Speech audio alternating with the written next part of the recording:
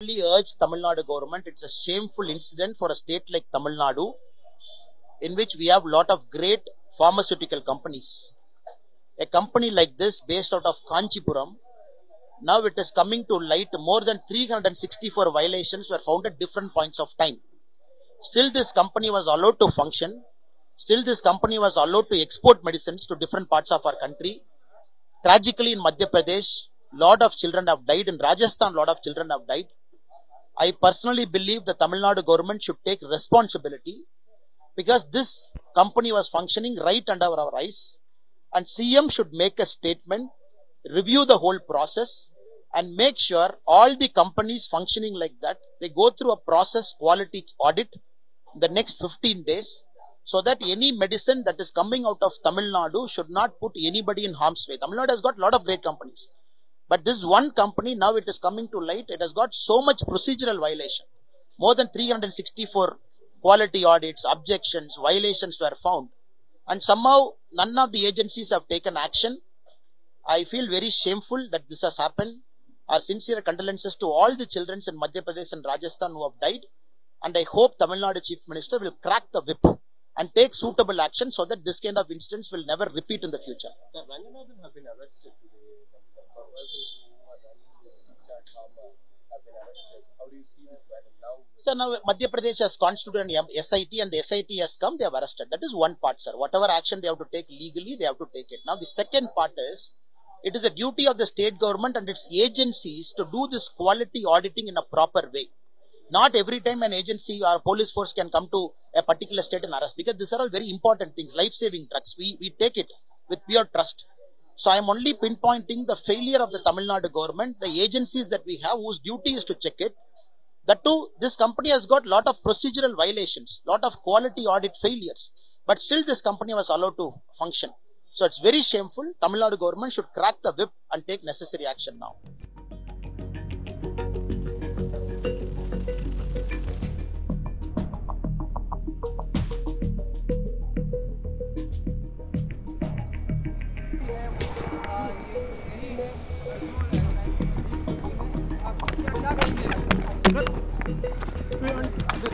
Do you drink something? Do you want to speak something? Do you want to speak something? Do you want?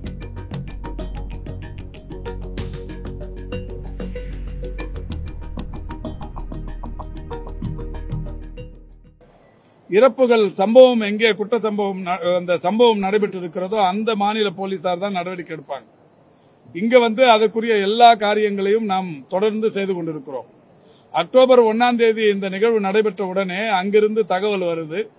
தகவல் வந்த உடனே நம்முடைய துறை செயலாளர் சம்பந்தப்பட்ட ஆய்வுக்கு உட்படுத்துகிறார். ஆய்வுக்கு உட்படுத்தியதில் அந்த கோல்ரிஃப் என்று சொல்லப்படுகிற அந்த மருந்தில், அந்த சிறப்பில், அதாவது ஒரு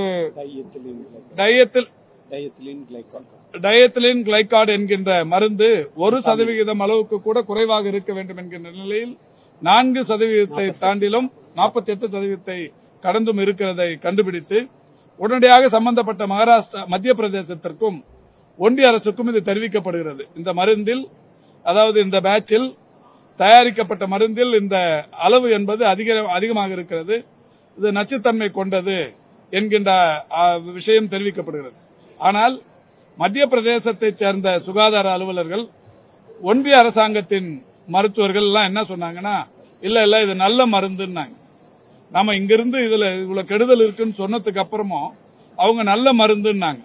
ஆனாலும் இங்க செய்த அந்த பரிசோதனைகளின் அடிப்படையில் வேற எந்த மாநிலமும் பாதிச்சிடக்கூடாதுங்கிற நல்ல நோக்கத்தோட தமிழ்நாடு அரசு உடனடியா ஒடிசா, புதுவை போன்ற மாநிலங்களுக்கும் தாக்கீதுகளை அனுப்பி கோல்ட்ரீஃப்ல இந்த மாதிரியான பாதிப்புகள் இருக்கு அப்படிங்கறத உடனடியா சொல்லியிருக்கிறோம்.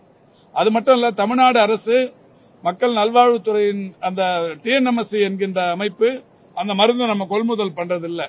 தனியாரும் யாரும் இதை கொள்முதல் பண்ணி இதுல பாதிப்புக்குள்ளாக கூடாதுன்னு உடனடியா தடை விதிச்சிட்டோம். தடை விதிச்சிட்டு மட்டும் இல்ல, 1ஆம் தேதி இந்த நிகழ்ச்சி நடந்தது, 48 மணி நேரத்துக்குள்ள இவ்வளவும் பண்ணிருக்கிறோம். 3ஆம் தேதி சம்பந்தப்பட்ட கம்பெனிக்கு ஸ்டாப் ப்ரொடக்ஷன் ஆர்டர் கொடுத்தாச்சு.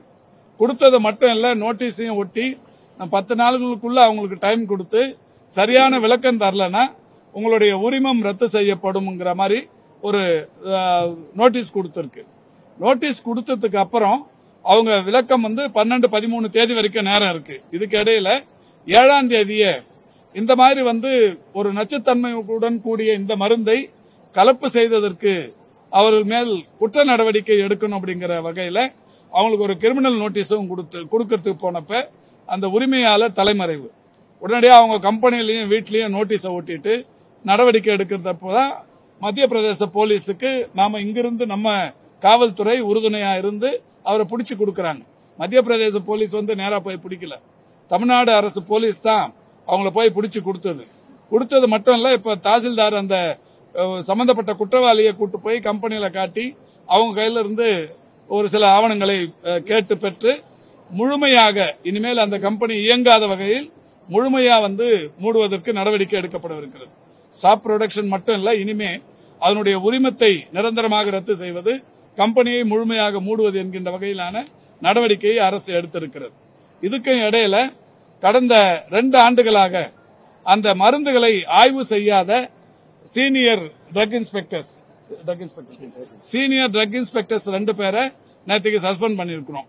இவ்வளவு நடவடிக்கைகளை தமிழ்நாடு அரசு எடுத்திருக்கிற காரணத்தினால் பல்வேறு மாநிலங்களில் ஏற்படவிருந்த உயிரிழப்புகள் தவிர்க்கப்பட்டிருக்கிறது.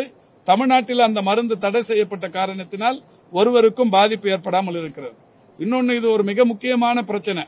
தமிழ்நாட்டின் மிகப்பெரிய அளவிலான ஏற்றுமதி சம்பந்தப்பட்ட ஒரு மிகப்பெரிய அளவிலான பிரச்சனை. இதை பூதாகரமா அரசியலாக்கி வேற மாதிரி இது பொது இடங்களில் விவாதிப்பது என்பது சரியான ஒன்றாக இருக்காது.